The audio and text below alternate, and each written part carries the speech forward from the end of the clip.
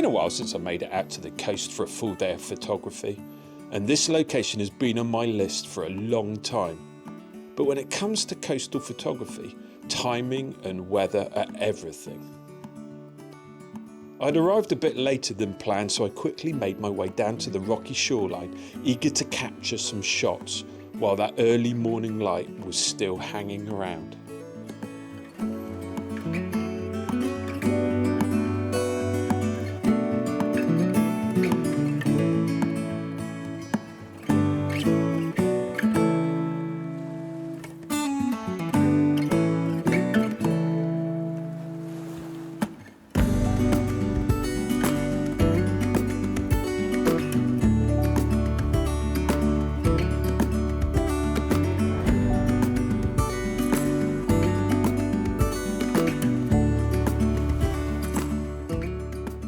Morning everyone, and welcome back to the vlog. I'm on the east coast of Scotland this morning, and you can see behind me I'm at a fairly well-known landmark, Bow Fiddle Rock.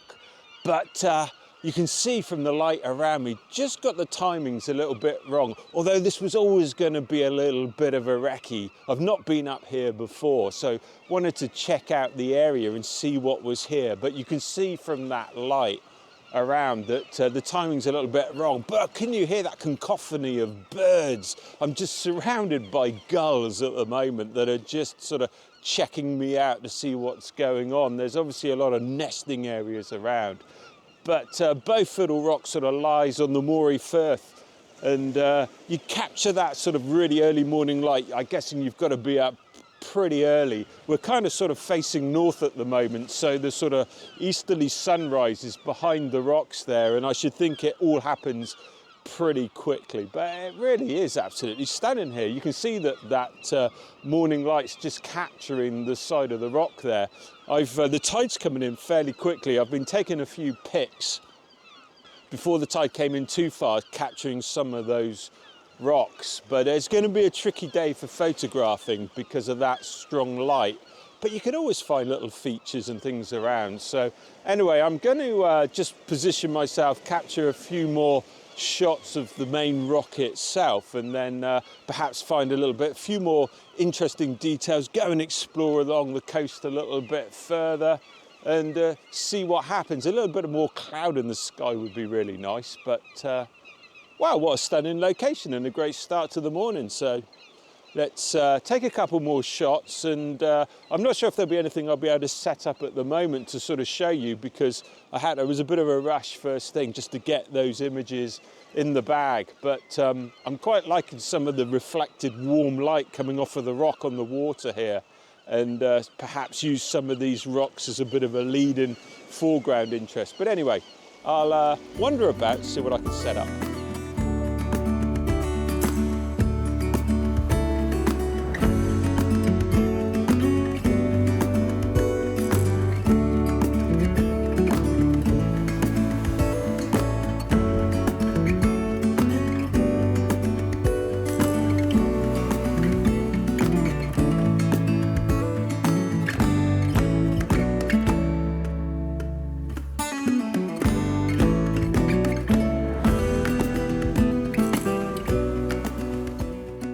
So both Corin and I are struggling with the light at the moment. I'm struggling to capture images because of that bright sky, and she's struggling to make sure that I'm not a black blob in the distance, although some might say that could be an improvement. So what I'm doing is I'm just stood by the rocks waiting for these waves to come over. There's not a lot of interest in the sky at the moment, as you can see, so I'm fighting against that. But what I can use to my advantage is the moving water that's coming in. So what I'm doing is I'm trying to shoot at around about a sort of 5 or 6 second exposure to capture that movement of the water coming in. I'm not always overly keen on that sort of soft water look, but I think when you're up against it and you haven't got a lot of interest, that's actually quite nice as it comes up around the rocks, and there's some nice light being reflected there. I've got my 17 to 35 millimeter wide angle lens on, so that I'm really able to get quite close but capture a lot of the scene at the same time. And you can see these waves coming down now, just capturing. Fortunately, I'm wearing my wellies today. I always think if you're going on the coast, boots are a good idea. And what I'm doing is I'm just waiting for those waves to crash in and around the rocks. It's really strange. I haven't been photographing on the coast for a long time. And, you know, I mean, for someone that grew up on the coast, I would think I would actually be down here photographing a lot more. But if you follow the vlogs, you know I tend to head more into the forests and the woodland. But it's great being back out here. And I do love the sort of the textures and the colours in the rocks that are all around us. Not so keen on the seagulls, they sure are noisy, but you know, they live here too, so it can't be too cross. But anyway, so what I'm doing is I'm just waiting for these waves to come in and then triggering the shutter just as each one comes, capturing that water. And it's always really nice to capture the water as it's flowing back out, because you tend to get some really nice sort of shapes and patterns. You get the bubbles on top of the water, the sort of the foam on top of the water, and then as it pulls back out, you get these nice sort of long streaks coming down through the rocks. So anyway, I'll show you what I'm looking at on the back of the camera. So you can see on the back of the camera a fairly sort of straightforward composition. What I've tried to do is position left and right some rocks just to give me a little bit of sort of interest on the sides of my images, leading the eye through to the main rock itself, fairly centrally positioned. But what I've tried to do is just eliminate as much of that sky as I can. I mean, it is a nice sort of blue colour, and we have got a little bit of a sort of soft orange through the centre of it, but it really is not very exciting. A little bit of cloud cover would be really nice. And as you can see, the sort of waves are just coming in and rolling out. I've got a neutral density filter combined with a polarizer on the front of the camera, which is just enabling me to get sort of slightly longer exposure time, longer shutter time. So I'm sort of shooting at around about 5 or 6 seconds. The waves are coming in. You've got the nice little bit of grouping of rocks in front of me. And then just as the tide's rolling out, I'm just capturing that shot.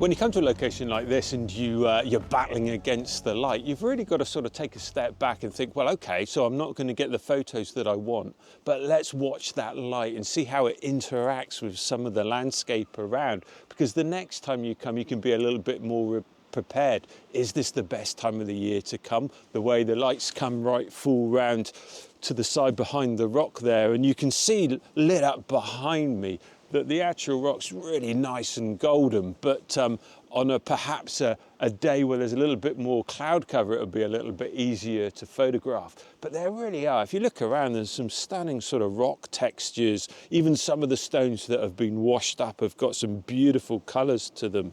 So I'm going to scoot around the coast a little bit and just see if I can find some interesting shapes.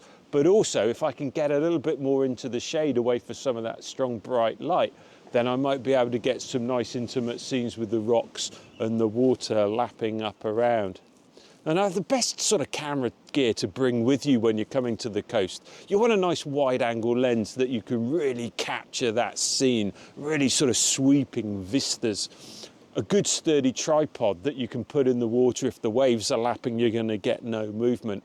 And definitely a neutral density filter helps, just to give you those longer exposures to soften the water and capture a little bit of movement. So, but no doubt, I'm sure that I'll probably have the 70 to 200 millimeter lens on at some point, just to be picking up some nice sort of intricate details. I was expecting to be a lot more people here, as it's a fairly popular landmark, and so far I haven't seen absolutely anybody down here. So it's a great place to be at this time of the year, perhaps sort of beginning of February, not so many people out and about. But anyway, I'm going to head along the coast a little bit and see what else I can find.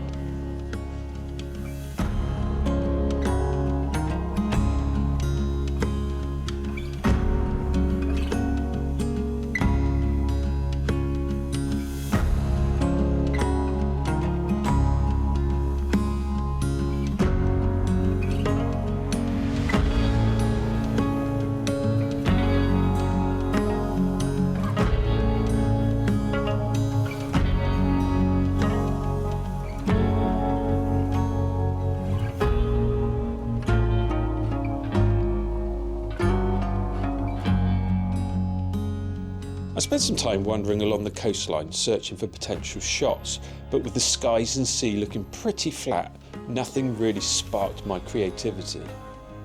After struggling to find something that felt right, I decided to take a break and grab some lunch. And when I returned to the shoreline, the scene had completely transformed. The clouds had started rolling in and the tide had come up, offering a whole new perspective and much more dynamic atmosphere to work with.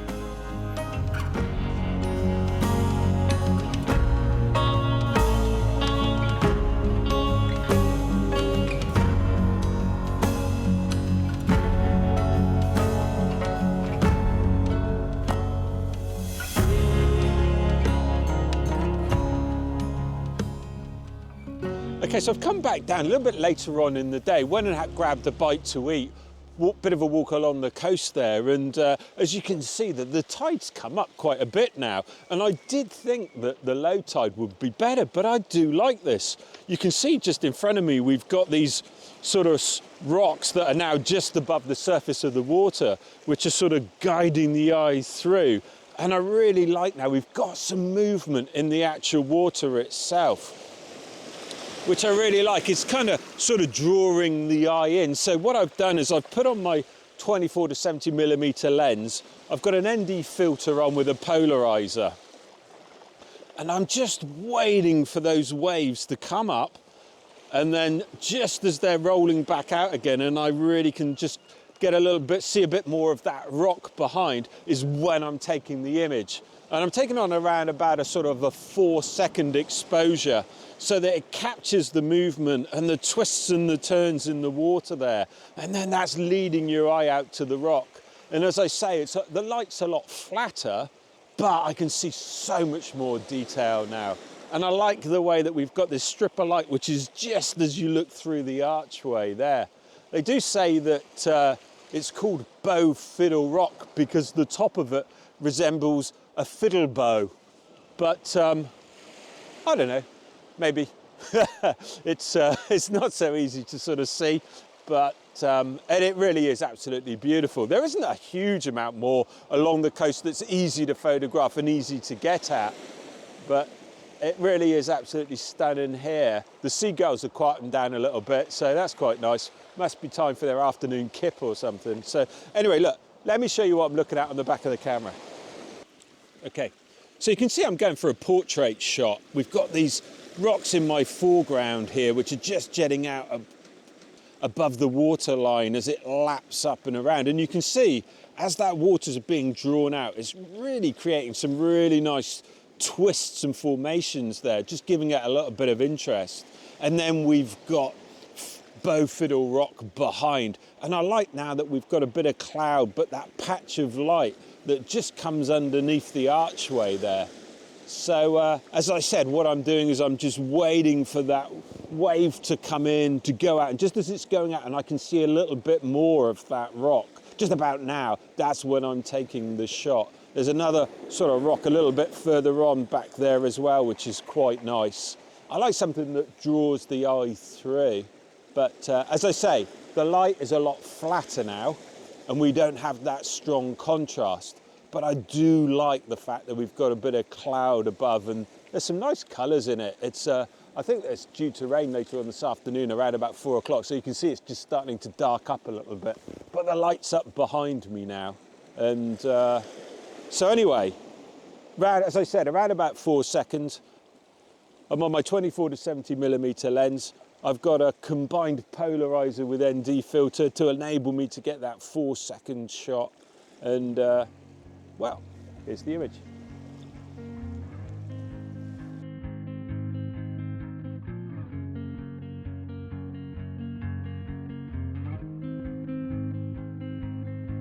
Blue dude, blue moon, kinda mysterious, shaded with someone I'm not really into. Do you need to fix it? Talking bullshit. It's hard to see you when your eyes look dull. Who's gonna save you? Who's gonna make you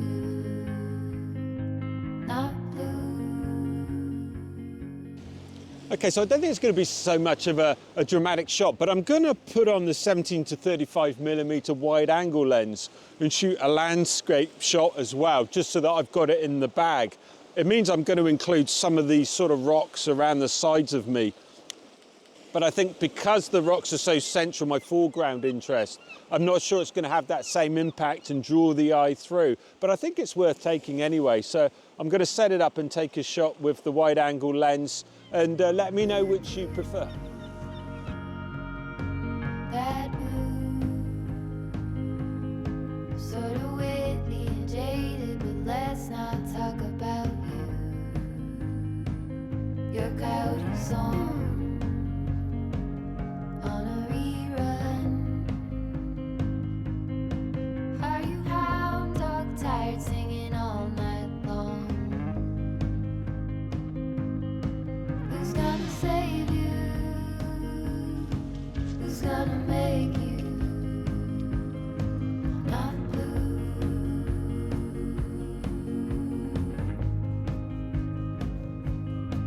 Not blue.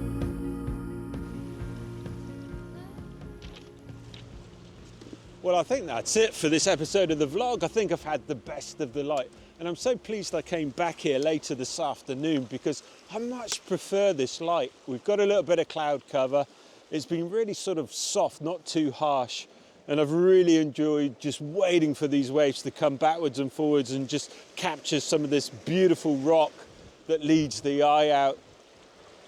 Really is a sort of stunning location, and I'm really pleased to manage to get down here. A little bit chilly though, and there was at one point where the waves came up and went over my shoes, and I do have wet feet, but then I don't think it would be a coastal vlog without going away with wet feet. I really hope you've enjoyed this episode of the vlog. Thank you so much for watching. Let me know if you've been to Bow Fiddle Rock. Let me know some of your tips for photographing on the coast, and I think that's it. Don't forget to subscribe. Look forward to seeing you in the next episode of the vlog. Thank you so much for watching. Yeah, fortunately I'm wearing my wellies today. I always think if you're going on the coast, boots are a good idea. Blue moon, been one or two since I